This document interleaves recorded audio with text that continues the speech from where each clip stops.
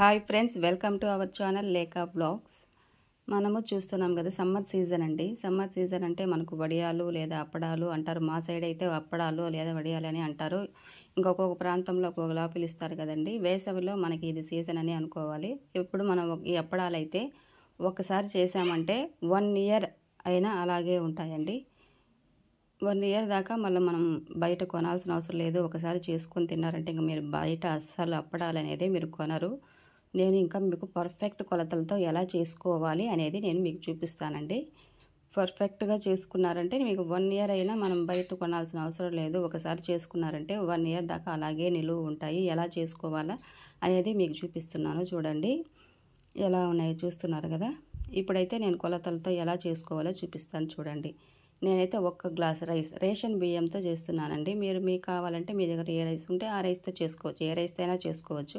నేనైతే రేషన్ బియ్యంతో చేస్తున్నాను. చూడండి, ఒక పాత్ర తీసుకొని అందులో 1 గ్లాస్ రైస్ వేసుకొని అందులో వాటర్ వేసి 3 టైమ్స్ అయితే కడుక్కోవాలండి. బాగా కడిగి క్లీన్గా రాత్రి అంతా నేనైతే నైట్లో నానబెడుతున్నాను. లేదా మీరు డే టైంలో అయినా కూడా ఒక 5 to 6 అవర్స్ రైస్ అనేది బాగా నానబెట్టుకుంటే సరిపోతుందండి. నేను నైట్లో నానబెట్టి పెట్టుకుంటున్నాను. చూడండి, రైస్ 3 టైమ్స్ బాగా కడిగి, చూసారు కదా, బాగా కడిగి మూత పెట్టి ఇంకా నేను ఓవర్ నైట్ అలాగే వదిలేసి బాగా నానిన తర్వాత మార్నింగ్ అయితే చేస్తాను. ఎలా చేస్తానో చూపిస్తాను. చూడండి, ఇప్పుడు మార్నింగ్ వచ్చి కుక్కర్ పెట్టి, కుక్కర్లో మనకి ఇప్పుడు 1 గ్లాస్ రైస్ వేసుకున్నాం కదండి. 1 గ్లాస్ రైస్కి 5 గ్లాసుల వాటర్ అయితే ఖచ్చితంగా వేసుకోవాలండి. మనకు 5 గ్లాసులు వేసుకుంటేనే మనకు వాటర్ ఎక్కువ కాకుండా తక్కువ కాకుండా పర్ఫెక్ట్గా వస్తుంది. 5 గ్లాసుల వాటర్ తీసుకోవాలి. అవి అలా కాగుతున్నప్పుడు మనకు కావాల్సినవి వేసుకో. చూడండి, నీళ్ళు అట్లా తెల్లుతున్నప్పుడు 1/2 స్పూన్ జీలకర్ర, 1/2 స్పూన్ వాము, ఇంకో 1/2 స్పూన్ లేదా 1/2 స్పూన్ కంటే తక్కువ కొంచెం సాల్ట్ వేసుకోవాలి.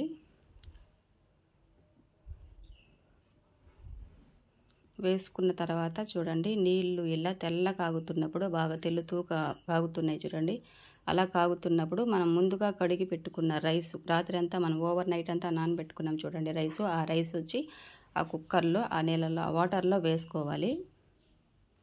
వేసి బాగా కలుపుకొని ఇప్పుడేం చేస్తున్నానంటే 3 పచ్చిమిర్చి, 1/2 ఇంచ్ అల్లం తీసి కచ్చా పచ్చగా దంచుకొని అందులో వేసుకోండి.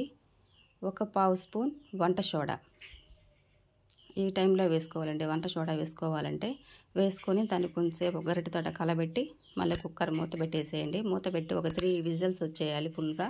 ఇంకొక 2 విజిల్స్ వచ్చి సిమ్లో పెట్టుకోండి. 2 విజిల్స్ మొత్తం 5 విజిల్లు పెట్టుకొని ఉడికిన తర్వాత ఇలా ఉంటుంది. చూడండి, మళ్ళీ మూత తీసి ఆవిరి అంతా వెళ్ళిన తర్వాత మూత తీసి మళ్ళీ కొంచెం సిమ్లో పెట్టుకోండి.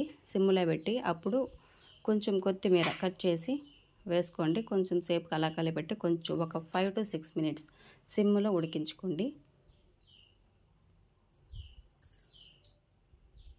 ఉడికిన తర్వాత మనకి ఎలా వచ్చిందో చూడండి, ఇలా స్మూత్గా వస్తుంది. ఇంకా మనకు కష్టం ఏం లేదండి. ఒక రైస్ చూడండి, పేపర్ ఒకటి పెట్టుకోండి. మనం చపాతీలు చేసుకుంటాం చూడండి, అట్లా చెక్కతో తీసుకొని కిందొక కవర్, మనకు అప్పుడైతేనే నీట్గా వస్తుంది కష్టం లేకుండా. కింద కవర్ వేసుకోండి, దానిలో కొద్దిగా పిండి పెట్టి పైన ఒక కవర్ వేసి అలా ఒత్తుకున్నారంటే చూడండి చాలా నీట్గా వచ్చేస్తుందండి.